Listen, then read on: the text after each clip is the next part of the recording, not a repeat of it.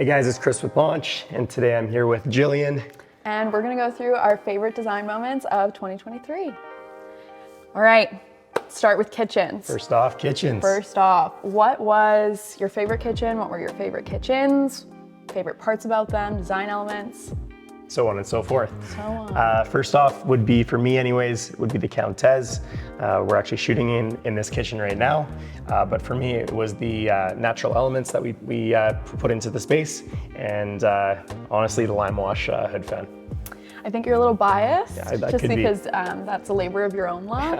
I love the countertops in here. I think the cabinet color, it all worked so well.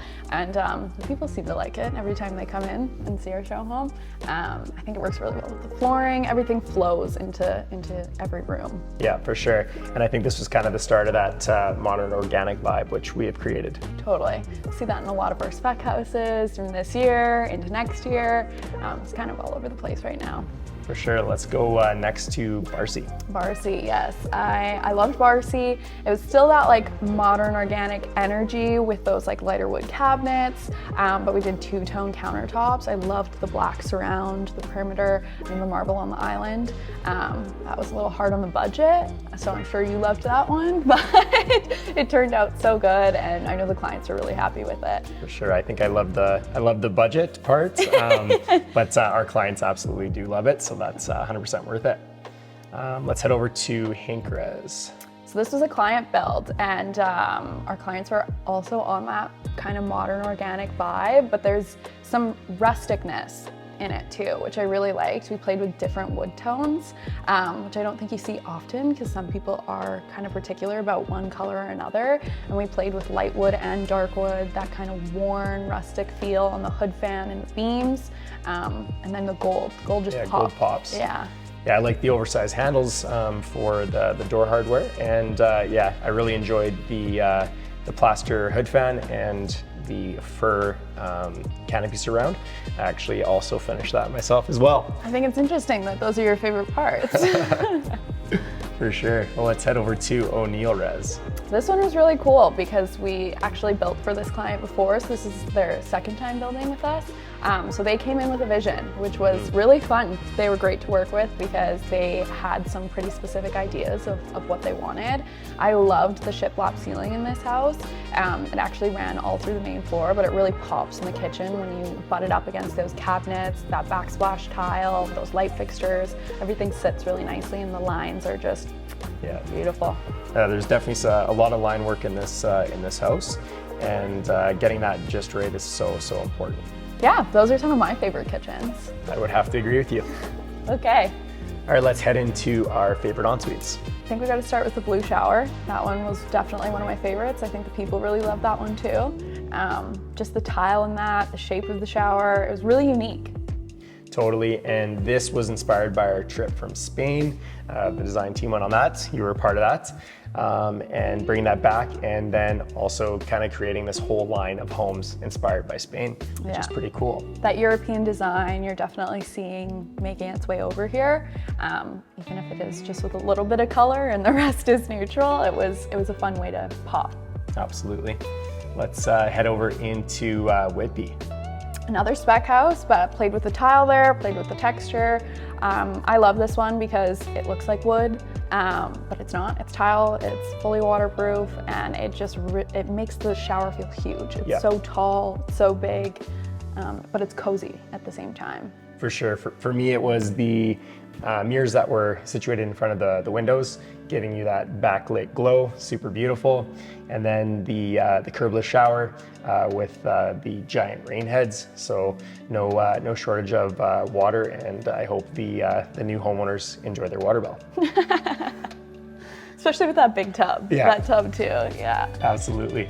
Okay, another client build. We can go into the Trendz, because that was a really fun ensuite. Again, love the arches. I'm all about the arches. Arched mirrors, arch entrance.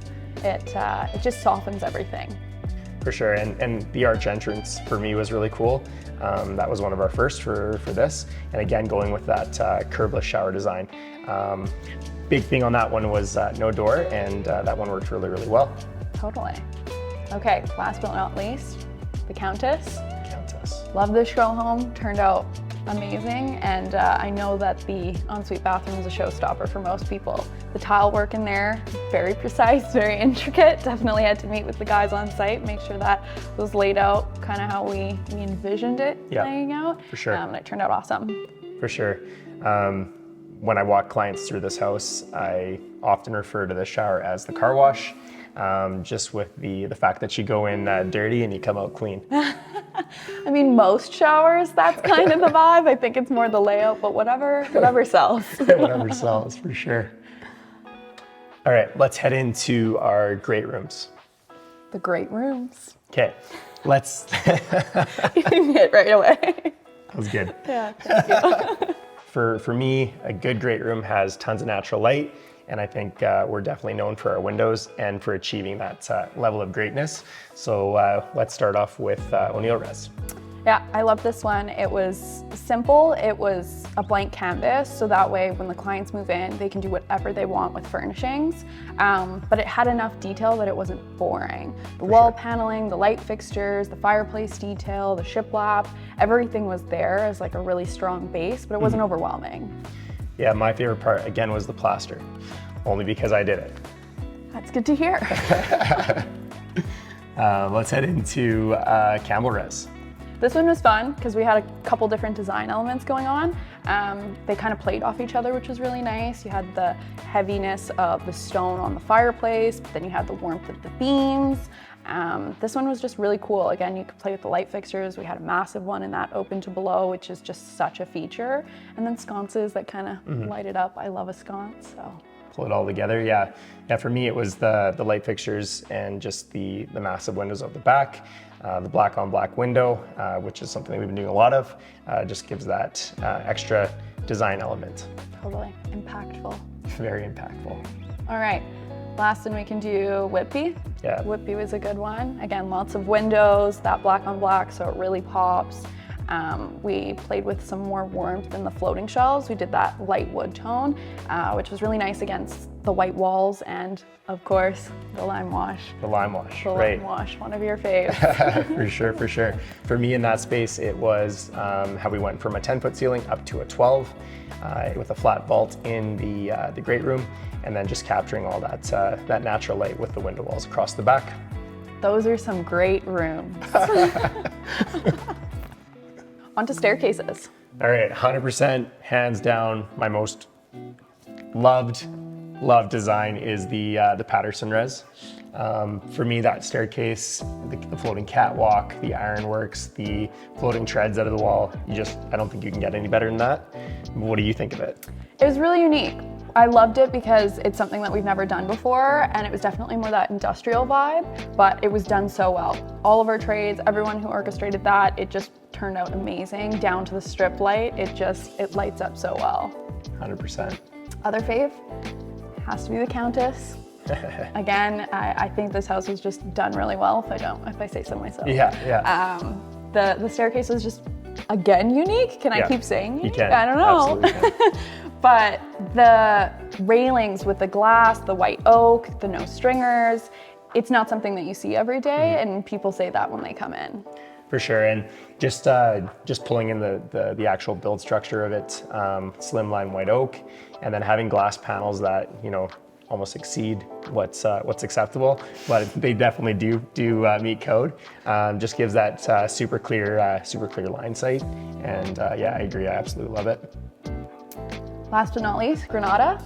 Yeah, for sure. I think that one was really good. I particularly loved the wall paneling. I think it just added a little bit of a texture there, but again, wasn't overwhelming.